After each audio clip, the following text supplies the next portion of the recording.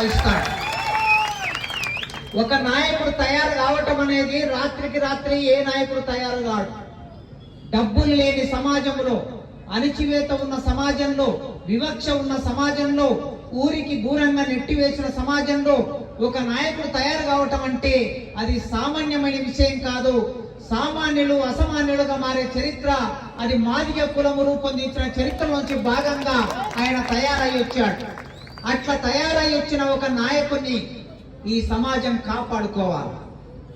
ఆ నాయకుడు ఇన్ని ప్రలోభాలు పెట్టినా, రాజకీయ పార్టీలు సీట్లు ఇస్తా అన్నా, ఎన్ని రకాల నిర్బంధాలు ప్రయోగించినా ఆ నాయకుడు పట్టు విడవకుండా ఈ 30 సంవత్సరాలు నిటారుగా వెన్నుపూస నిలబెట్టుకొని నిటారుగా నిలబడ్డాడంటే అట్లాంటి నాయకుడు తయారైన ఈ నేల మీద మళ్ళీ ఒక నాయకుడు తయారు చేసుకోవడానికి చాలా సమయం పడుతుంది. అందుకే నాయకుని కాపాడుకోవాలి, న్యాయాన్ని కాపాడుకోవాలి. న్యాయాన్ని కాపాడితే నాయకుడు కాపాడబడతాడు. ఈ రెండు వేరు వేరు కాదు. ఎందుకంటే మనం నమ్ముకున్న దారి, నడిచిన దారి, నడవబోయే దారి అది న్యాయబద్ధమైనది, అది ధర్మబద్ధమైనది. ఆ ధర్మం కోసం పోరాటం చేయాలి. మీకు ఒక్క విషయం గుర్తు చేస్తా. ఇక్కడ కూర్చున్న మీ అందరికీ మహాభారతం తెలుసు. విన్న వాళ్ళు ఉన్నారు, చదివిన వాళ్ళు ఉన్నారు, తెలుసుకున్న వాళ్ళు ఉన్నారు. మహాభారతంలో చిట్ట చివరి యుద్ధం జరగబోతుంది. ఇక 5 ఊళ్ళు కావాలని అడిగారు పాండవులు. 5 ఊళ్ళు కాదు కదా, సూది మొన మోపెంత స్థలం కూడా ఇవ్వను పాండవులకి, ఏం చేసుకుంటారో చేసుకోమని దుర్యోధనుడు అన్నాడు. అన్న తర్వాత శ్రీకృష్ణుడు రాయబారానికి వెళ్ళాడు ఢిల్లీకి. ఆనాడు దాన్ని హస్తినాపురి అనేవారు. ఆ హస్తినాపురికి రాయబారానికి శ్రీకృష్ణుడు వెళ్ళిన తర్వాత అక్కడ కూర్చున్న వాళ్ళందరూ వేదిక మీద దుర్యోధనుడు ఉన్నాడు, ధృతరాష్ట్రుడు ఉన్నాడు, భీష్ముడు ఉన్నాడు, విదురుడు ఉన్నాడు, అశ్వత్థాముడు ఉన్నాడు. వీళ్ళందరూ సభలో ఉన్నప్పుడు చిట్ట చివరికి కృష్ణుడు ఒక మాట అడిగాడు. మీరు ఇంతమంది పెద్ద మనుషులు ఉన్నారు కదయ్యా, న్యాయానికి అన్యాయానికి మధ్యన యుద్ధం జరుగుతున్నది, న్యాయానికి అన్యాయానికి మధ్యన చర్చ జరుగుతున్నది. మీరు నీతి తెలిసిన వాళ్ళు, ధర్మం తెలిసిన వాళ్ళు, న్యాయం తెలిసిన వాళ్ళు, ఇంత అన్యాయం చేస్తుంటే దుర్యోధనుడు మీరందరూ మౌనంగా ఉన్నారు. ఈ మౌనంగా ఉన్నటువంటి ఇది చరిత్ర గుర్తు పెట్టుకుంటుంది. చరిత్రలో ఎప్పుడైనా మీరు దోషులుగా నిలబడవలసి వస్తుంది అని కృష్ణుడు ఆ మాట అనగానే భీష్ముడు లేచి మాట్లాడాడు. కృష్ణ, నీవు చెప్పిన మాట నిజమే, నీవు అడిగింది న్యాయమైన ప్రశ్న, నీ ప్రశ్నకు సమాధానం చెప్పి తీరాలి. నేను భీష్ముడిని, పితామహుని గనక తప్పక నీ ప్రశ్నకు సమాధానం చెప్పాలని ఆయన లేచి ఏమన్నాడో తెలుసా? ఇక్కడ ఇన్ని సంవత్సరాల కాలం దుర్యోధనుడు పెట్టిన ఉప్పు తిని నేను ఈ రాజ్యంలో ఉన్నాను. దుర్యోధనుడు ఉప్పు తిన్నాను అంటే దుర్యోధనుడు పెట్టిన అన్నం తిన్నానని అర్థం. దుర్యోధనుడు పెట్టిన అన్నం తిన్నాను కనుక రేపు పాండవులకి, దుర్యోధనుడికి, కౌరవులకి మధ్యన యుద్ధం జరిగితే నేను ఎటువైపు నిలబడి యుద్ధం చేస్తానంటే దుర్యోధనుడి వైపు, అంటే కౌరవ వైపు నిలబడి యుద్ధం చేస్తాను. ఉప్పు తిన్నందుకు ఉప్పు రుణం తీర్చుకోవడానికి అన్యాయమైనా సరే దుర్యోధనుడి వైపు నిలబడి యుద్ధం చేస్తా. కానీ మనసులో ఏం కోరుకుంటానంటే పాండవులు గెలవాలని మనసులో కోరుకుంటా, న్యాయం గెలవాలని కోరుకుంటా అన్నాడు. మనమందరం ముఖ్యంగా ఇక్కడ మొన్న ఆర్ట్స్ కాలేజీకి మన మిత్రులు ఇక్కడ నుంచి వచ్చారు, ఒక 10-15 మంది వచ్చినప్పుడు కూడా ఒక మాట చెప్పాను నేను. మేధావులుగా ఎదిగిన వాళ్ళం, చదువుకున్న వాళ్ళం, వర్గీకరణ వల్ల ఉపయోగపడ్డ వాళ్ళం, మనం అందరం ఇవాళ ఎదిగి ఉన్నాం. మనం మాట్లాడకపోతే మన సమాజానికి అన్యాయం చేసిన వాళ్ళం అవుతాం. 60 నుంచి 70 లక్షల మంది ఉన్న మాదిగ ప్రజలకి అన్యాయం చేసిన వాళ్ళం అవుతాం. కనుక మీరు చేస్తున్న ఈ ప్రయత్నంలో తప్పనిసరిగా నేను వస్తాను, సభ పెట్టాలన్నాను. అందుకే మిత్రులారా ఇవాళ ఇంత మంచి సభ జరుగుతున్నది. ఒక్క ఇబ్రహీంపట్నంలో, ఒక్క కూడలిలో టెంట్ వేసుకుంటే ఇంతమంది సమకూరారు. ఒక్క ఇబ్రహీంపట్నంలో, ఒక్క కూడలి, అంబేద్కర్ కూడలిలో ఈ టెంట్ వేసుకుంటే ఇంతమంది వచ్చారు. ఈ తెలంగాణ రాష్ట్రం మొత్తం రాష్ట్రం అంతా టెంటుగా మారిపోతే ఎన్ని లక్షల మంది రోడ్ల మీదకి వస్తారో ఆలోచించాలి. అందుకే అన్యాయం వైపు నిలబడి యుద్ధం చేయాలనుకున్నా, న్యాయం గెలవాలనుకున్నాడు ఆనాటి భీష్ముడు. ఇవాళ న్యాయం మన పక్షాన ఉన్నది. మనము నింటున్న ప్రతి అన్నం మెతుకు మీద ఉద్యోగస్తులైన వాళ్ళు, రాజకీయ నాయకులైన వాళ్ళు, చదువుకున్న వాళ్ళు, మనం తింటున్న ప్రతి అన్నం మెతుకు మీద ఈ ఉప్పు రుణం ఎవరు? ఈ ఉప్పు ఎవరిదంటే మన ప్రజలది. ఆ ఉప్పు రుణం తీర్చుకునే ఒక సందర్భం మన ముందుకు వచ్చింది. ఈ సందర్భంలో కొన్ని అబద్ధాలను ప్రచారం చేస్తూ ఉన్నారు. ఈ అబద్ధాలకి రేపు మనం సమాధానం చెప్పాలి. ఎందుకంటే అన్నాడు కదా, అబద్ధమే 10 సార్లు నిజం నిజం నిజం అంటే అదే నిజమైపోయి ఈ సమాజంలో మనం జీవిస్తున్నాం. సోషల్ మీడియా ఉన్నది, ఆ మీడియా సోషల్ మీడియాలో ప్రచారం చేస్తూ ఉన్నారు గనక ఒక సామెత ఉన్నది తెలంగాణలో, సత్యం అంటే నిజం నిద్ర లేవక ముందు అబద్ధం చెప్పులో కాలు పెట్టి ఊరంతా తిరిగి వచ్చిందంట. నిజం నిద్ర లేవలేదు. మనం ఇప్పుడు నిద్రలో ఉంటే ఆ ప్రమాదం, మనం నిద్ర లేవక ముందే అబద్ధం మొత్తం లేచి తిరుగుతూ ఉన్నది. కనుక నిజం కూడా అప్పుడప్పుడు ఇది నేను నిజమే అని మేల్కొనడానికి, నేను నిజమే అని చెప్పడానికి మనం మేల్కొని ఉండాలి. నిప్పు ఉంటుంది, నిప్పు మీద బూడిద ఉంటుంది. అది నిప్పని తెలియదు మనకి. అది నిప్పని తెలవాలంటే ఆ బూడిద పోవాలి. ఆ బూడిద పోవాలంటే ఒక పెద్ద గాలి రావాలి. ఆ గాలి వచ్చినప్పుడు బూడిద కొట్టుకపోతుంది. నేను నిప్పునే అని అది మనకు నిప్పును అర్థం చేస్తుంది. నిజం నిప్పు లాంటిది గనక ఆ నిప్పును మనం ప్రచారం మొదలు పెట్టాలి. మొదటిది వాళ్ళు ఏమంటున్నారంటే, మొన్ననే కొద్దిమంది మేధావులు కలిశారు. వాళ్ళు ఆ మేధావులు అందరు కలిసి ఒక ప్రెస్ మీట్ పెట్టారు, ఒకటి రిలీజ్ చేశారు. ఆ ప్రెస్ లో వచ్చింది ఏమిటంటే, వర్గీకరణ జరగడానికి మేము అంగీకరిస్తున్నాం. మాల మేధావులు చెప్పిన మాట ఏమిటంటే, వర్గీకరణ జరగడానికి మేము అంగీకరిస్తున్నాం, కానీ వర్గీకరణ రాజ్యాంగబద్ధంగా జరగాలని కోరుకుంటున్నాం. ఈ రాజ్యాంగబద్ధంగా జరగాలని కోరుకోవటం ఏమిటి? ఇందులోనే కిడికేమిటి అంటే, ఇప్పుడు రాజ్యాంగబద్ధంగా వర్గీకరణ జరగలేదు, రాజ్యాంగబద్ధంగా తీర్పు రాలేదు అనుకుంటున్నారా? వాళ్ళు చెబుతున్న తప్పుడు ప్రచారం ఇదే. రాజ్యాంగబద్ధంగానే ఇప్పటి వరకు కమిషన్లు వేశారు. రాజ్యాంగబద్ధంగానే సుప్రీంకోర్టు 2 సంవత్సరాలు అధ్యయనం చేసింది. సుప్రీంకోర్టు నాకు తెలిసి ఇప్పటి వరకు సుప్రీంకోర్టు చాలా తీర్పులు ఇచ్చింది. కానీ వర్గీకరణ మీద ఇచ్చిన తీర్పు మీద చేసినంత అధ్యయనం, సమీకరించిన మెటీరియల్ బహుశా ఇంకొక తీర్పు మీద వాళ్ళు సేకరించకపోవచ్చు.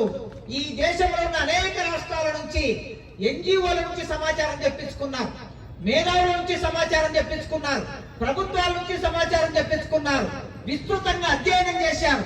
ఈ అధ్యయనం చేసినప్పుడు వాళ్ళు ఏమన్నారంటే, ఇప్పటి వరకు 2004లో నవంబర్ 5వ తారీఖు నాడు సుప్రీంకోర్టు అమలవుతున్న చట్టాన్ని, వర్గీకరణ చట్టాన్ని కొట్టివేసింది.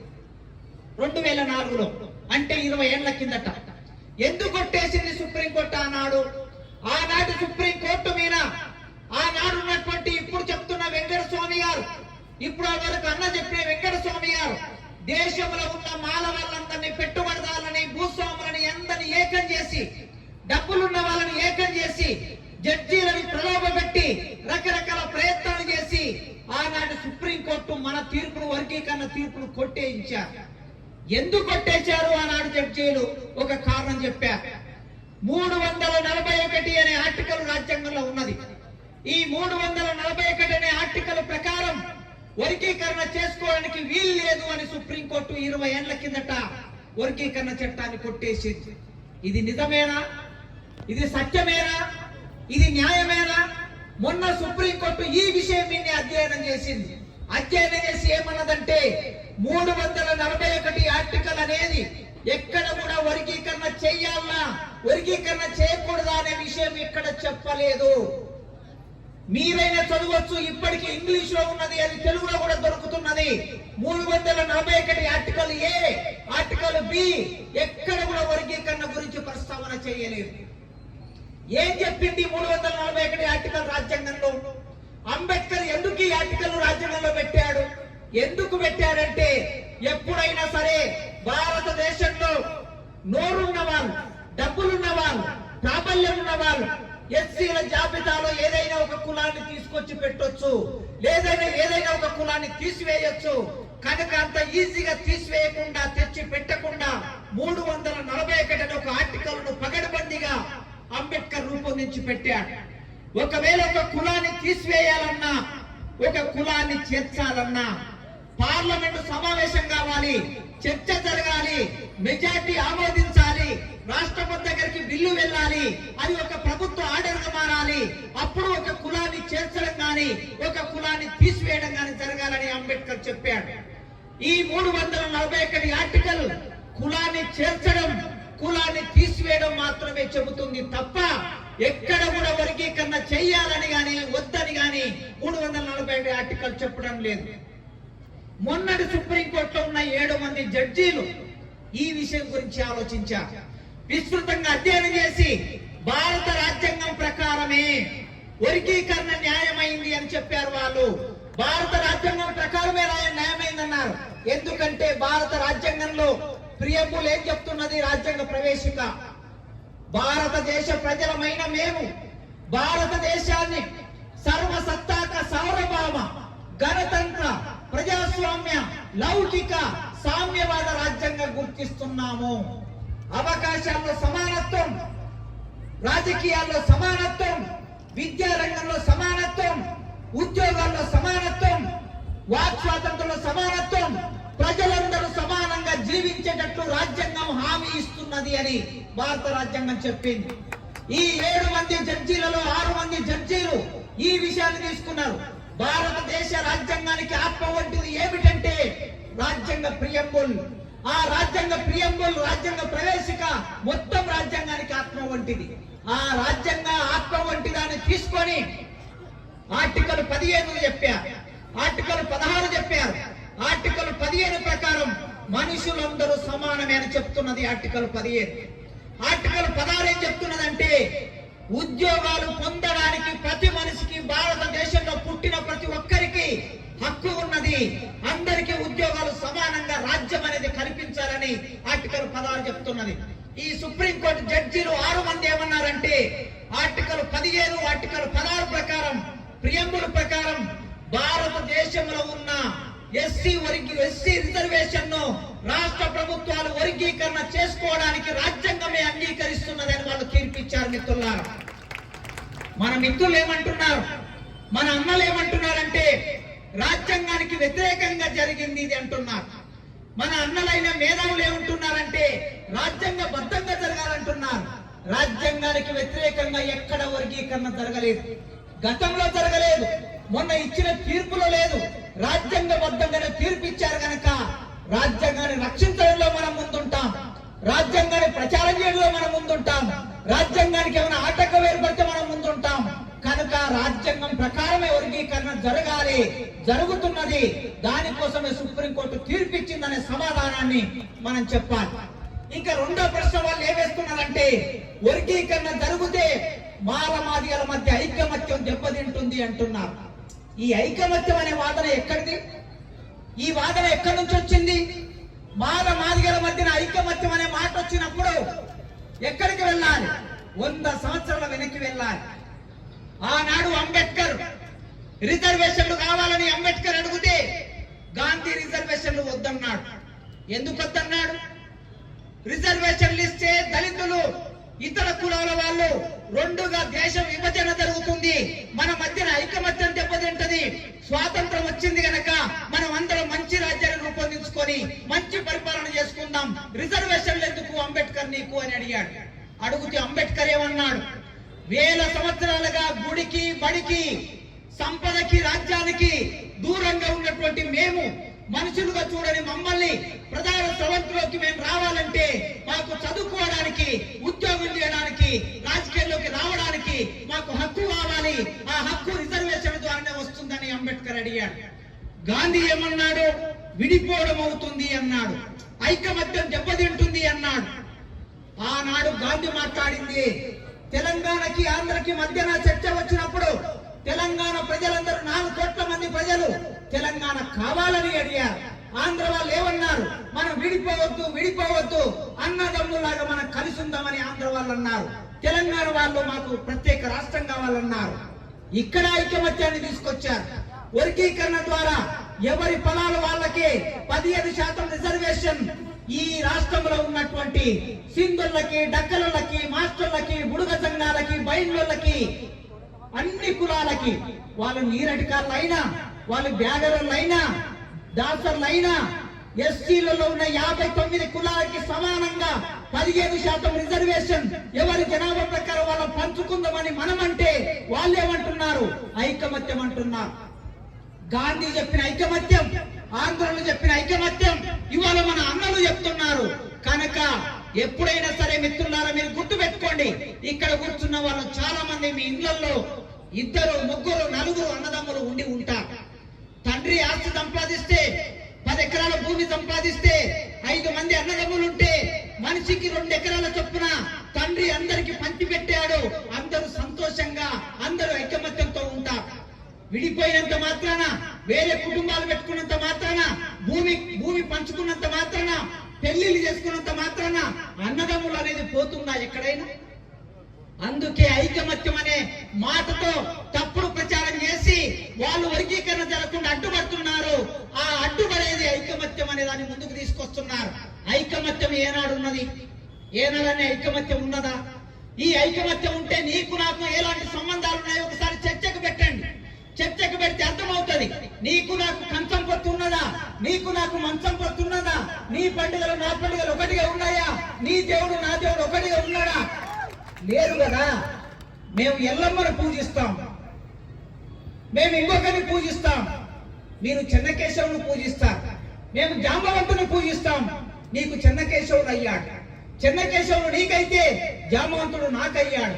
కనుక దేవుళ్ళ ప్రకారం చూసినా, పండుగల ప్రకారం చూసినా, పద్ధతి ప్రకారం చూసినా ఈ భిన్నత్వం స్పష్టంగా ఉన్నది. అయినా నీకు నాకు అంటరానితనం ఒకటే. నీవు ఊరికి దూరంగా ఉన్నావు, నేను ఊరికి దూరంగా ఉన్నా. మన ఇద్దరిని కలిపింది గనక ఈ అంటరాని తరానికి వ్యతిరేకంగా ఈ దేశంలో, ఈ రాష్ట్రంలో పోరాటం చేయవలసిన బాధ్యత మన మీద ఉన్నది. ఇప్పటి వరకు మిత్రులారా ఎన్ని రకాల పోరాటాలు జరిగిన పోరాటాల్లో ఇక్కడ కూర్చున్న కృష్ణన్న ముందున్నాడా లేదా అనేది 30 ఏళ్ల చరిత్ర ముందు పెట్టుకొని చూడండి. గీతారెడ్డి అనే ఒక మంత్రిని ఆనాడు ఒక నాయకుడు తప్పుడు మాట మాట్లాడితే గీతారెడ్డి మాలాని చూడలేదు మందకృష్ణన్న. గీతారెడ్డి నా అంటరాని బిడ్డ అని చూసి ఆ గీతారెడ్డికి సపోర్ట్ గా అన్న వెళ్లి పోరాటం చేశాడు. శంకర్రావు అనే ఒక మాల కులానికి చెందిన మంత్రి ఆ శంకర్రావుకు అవమానకరంగా ఆనాడు ఒక నాయకుడు మాట్లాడితే శంకర్రావుకు మద్దతుగా అన్న వెళ్లి పోరాటం చేశాడు. ఆ రోజు ఆత్మగౌరవం కోసం నిలబడ్డాడు. ఇక్కడి నుంచే కాదు, చీమకుర్తి అనే ప్రాంతంలో నిజంగా వర్గీకరణ ఉద్యమం మొదలు కాకముందే చీమకుర్తి అనే ప్రాంతంలో, ప్రకాశం జిల్లా చీమకుర్తిలో, ఒంగోలు దగ్గర ఉన్న చీమకుర్తిలో అక్కడ ఉన్న క్వారీలో 2 మాల బిడ్డల్ని అత్యాచారం చేసి చంపేస్తే, అమ్మాయిలని అత్యాచారం చేసి చంపేస్తే ఆ చంపేసిన దానికి వ్యతిరేకంగా ఆ బిడ్డలకి న్యాయం జరగాలని పోరాటాన్ని మొదలుపెట్టినటువంటి వ్యక్తి మందకృష్ణన్ ఇక్కడ మన ముందే ఉన్నాడు. కనుక ఇక్కడ మాలలు మాదిగలు అనే విభజన వచ్చినప్పుడు అన్నదమ్ముల్లాగా వాట పంచుకున్న దగ్గర చర్చ వచ్చింది తప్ప నీకు అన్యాయం జరిగితే చూసుకుంటా కూర్చున్న సందర్భం ఎన్నడూ లేదు. ఆనాడు కారం చెడులో మాదిగల్ని చంపితే మీరు పోరాటంలోకి వచ్చారు, మీరు నాయకత్వం వహించారు. అదే విధంగా చుండూరులో జరిగితే మీరు ముందుకొచ్చారు. ఆనాడు మందకృష్ణుడు కూడా పోరాటంలో ఉన్నాడు. ఆ తర్వాత జరిగిన అనేక పోరాటాల్లో అన్న నాయకత్వం వహించాడు. ఉమ్మడిగా చేయవలసిన పోరాటాలు ఇంకా మిగిలే ఉన్నాయి. కనుక అన్నల్లారా, మాల అన్నల్లారా, ఈ వేదిక మీద నుంచి, ఇబ్రహీంపట్నం వేదిక మీద నుంచి మీకు ఒక విజ్ఞప్తి చేస్తున్నా, కలిసి చేయవలసిన పోరాటాలు మిగిలే ఉన్నాయి. భూమి కోసం పోరాటం చేయాలి, రాజ్యాధికారం కోసం పోరాటం చేయాలి, విద్య కోసం పోరాటం చేయాలి, ఆత్మగౌరవం కోసం పోరాటం చేయాలి. నీవు నేను కలిస్తే ఈ రాష్ట్రంలో 1 కోటి మంది మనం. ఈ రాష్ట్ర జనాభా 4 కోట్లయితే నీవు నేను కలిస్తే, మన ఇద్దరం కలిస్తే మనది 1 కోటి జనాభా. 1 కోటి జనాభా మనం ఒక్కటవుతే ఈ రాష్ట్రంలో అధికారం మనదవుతుంది. కనుక అధికారం రాకుండా, చదువు రాకుండా, భూమి రాకుండా, ఆత్మగౌరవం రాకుండా, పోరాటం చేయకుండా అడ్డుపడుతున్నది ఎవరో ఆ చరిత్ర అంతా అన్న ఇప్పటి వరకు చెప్పాడు. చిన్న సమస్య ఉన్నది పరిష్కారం కాకుండా, ఉన్నది గనక దాన్ని పరిష్కరించుకోవడానికి మీరు ముందుకు రండి. మేధావులారా, నిజాయితీగా మాట్లాడండి. మేధావులు ఎప్పుడైనా సరే సమాజానికి మంచిని చెప్తారు, మేధావులు ఎప్పుడైనా సత్యాన్ని చెప్తారు, మేధావులు ఎప్పుడైనా నిజాన్ని చెప్తారు. గనక అక్కడ ఉన్న మేధావులారా మీరు ఆలోచించండి, ఆలోచించి ముందుకు రండి. 2000 సంవత్సరంలో వర్గీకరణ చట్టమైంది.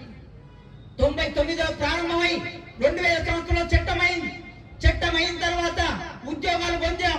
2004లో చివరి ఉద్యోగం నేను పొందాను వర్గీకరణలో.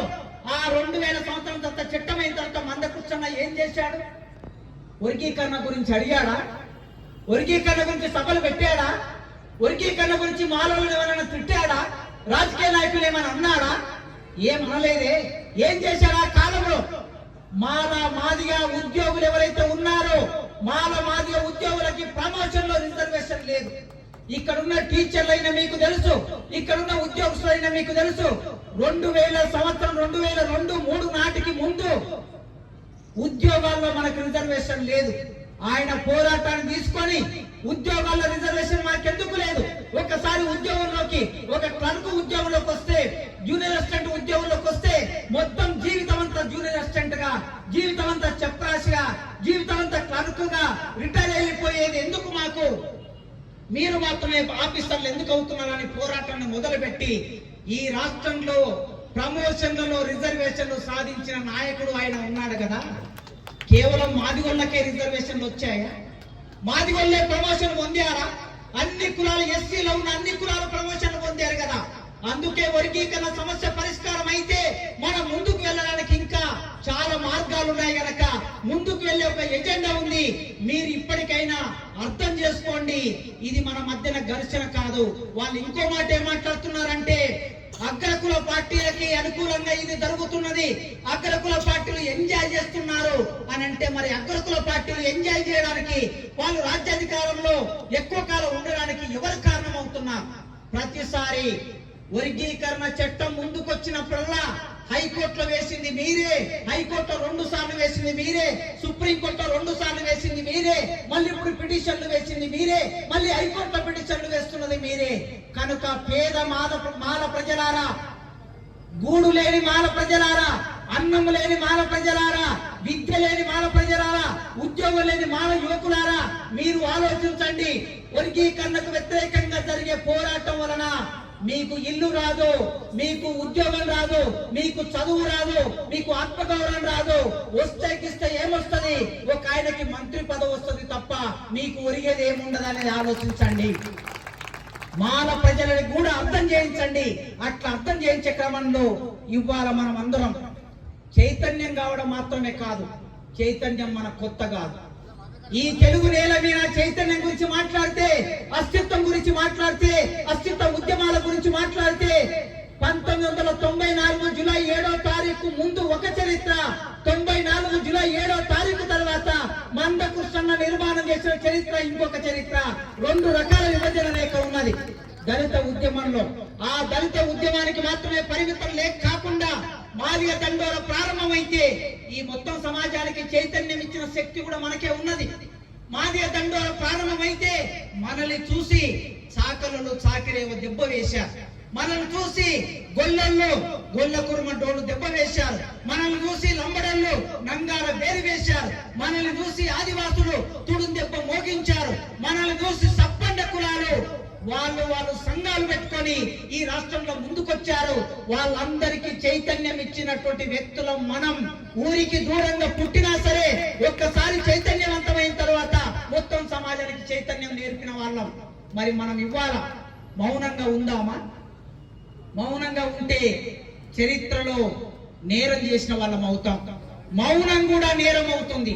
నోరుండి మౌనంగా ఉంటే నేరం అవుతుంది. నోరు లేని వాళ్ళు మాట్లాడవచ్చు, మాట్లాడకపోవచ్చు, కానీ నోరున్న వాళ్ళు మాట్లాడకపోతే అది నేరం అవుతుంది. కనుక నోరున్న మనం అందరం మాట్లాడవలసిన సందర్భం వచ్చింది. ఇక కృష్ణన్న చేస్తాడులే, మనకి ఒక ఆలోచన ఏమొచ్చిందంటే, రేవంత్ రెడ్డి గారు హామీ ఇచ్చారు అసెంబ్లీలో, వర్గీకరణ చట్టం అయిపోతుంది, ఏమన్నా ఉంటే కృష్ణన్న చూసుకుంటాడులే అనే భావన వచ్చింది. ఇది చాలా తప్పు మిత్రులారా. ఈ మధ్య కాలంలో మేము ఉద్యోగుల సభల కోసం పోతే ఉద్యోగులు 1000 మంది 2000 మంది ఉంటున్నారు ఆ ఏరియాలో, కానీ సభకొచ్చే వాళ్ళు 50 మంది 100 మంది 150 మంది వస్తున్నారు. 2000 మంది ఉండి 150 మంది రావటం ఏమిటి అంటే మనం దేనికో గురైపోయాం, భద్ర జీవితానికి గురైపోయాం. ఒకప్పుడు జొన్న రొట్టెలు కట్టుకొని, సద్ది కట్టుకొని, కారం మెతుకులు కట్టుకొని హైదరాబాద్కు వచ్చి మన తండ్రులు మన తల్లులు చలిలో వణుకుకుంటూ ఉద్యమం చేశారు మన కోసం. ఉద్యోగాలు వచ్చాయి. మరి ఇప్పుడు మన ఉద్యోగాలకు వచ్చినటువంటి వాళ్ళం నోరెత్తకపోతే అది నేరం అవుతుంది గనక అలర్ట్గా ఉండాలి. రాజకీయ నాయకులు ఎవరిని నమ్మడానికి లేదు. వాళ్ళకు కావలసింది పదవి, వాళ్ళకు కావలసింది మంత్రులు, వాళ్ళకు కావలసింది డబ్బు. ఎవరు డబ్బు ఇస్తే, ఎవరు పదవి ఉంచితే వాళ్ళ వైపు ఆలోచిస్తారు గనక రేవంత్ రెడ్డి గారు మాట ఇచ్చారు గనక నిలబెడుతుంది అనుకోకండి. రేవంత్ రెడ్డి గారు ఇచ్చిన మాట నిలబెట్టాలంటే మనం మండుతున్న పొయ్యిలాగా, మెలుగుతున్న నిప్పులాగా మనం మారకపోతే, మోగుతున్న డప్పులాగా మనం మారకపోతే వర్గీకరణ కాదు గనక ఈ చైతన్యం ఇబ్రహీంపట్నంలో మొదలైన ఈ చైతన్యం మొత్తం రంగారెడ్డి జిల్లాలో పాత మండలాల్లో అన్నింటిలో మొదలవుతే హైదరాబాద్ కు వేడి కొడుతుంది, సెక్రటరేట్ కు, అసెంబ్లీకి వేడి కొడుతుంది గనక అట్లాంటి ప్రయత్నం మన ఇబ్రహీంపట్నం మిత్రులు చేసినందుకు వాళ్ళకి అభినందనలు తెలుపుతూ, ఈ రంగారెడ్డి జిల్లా మొత్తం కలిపితే ఒక్క జిల్లా ఆనాడు వాళ్ళు జింకానా గ్రౌండ్ లో పెట్టిన మీటింగ్ దానికి సమానంగా ఒక్క రంగారెడ్డి జిల్లా తలుచుకుంటే అంతకు రెండింతల మీటింగ్ పెట్టవచ్చని మీరు నిరూపించాలని కోరుకుంటూ ఇంతటితో నా ఉపన్యాసం ముగిస్తున్నాను.